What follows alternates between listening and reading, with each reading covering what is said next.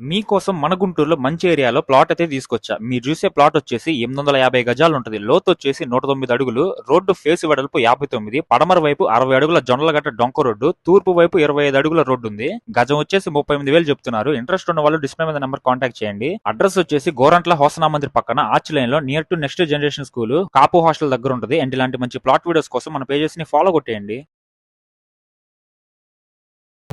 మీరు ఏదైనా ఖాళీగా ఉంటే నేను ఒక రోజు మొత్తం చూపిస్తాను మీకు లాంగ్లో కానీ.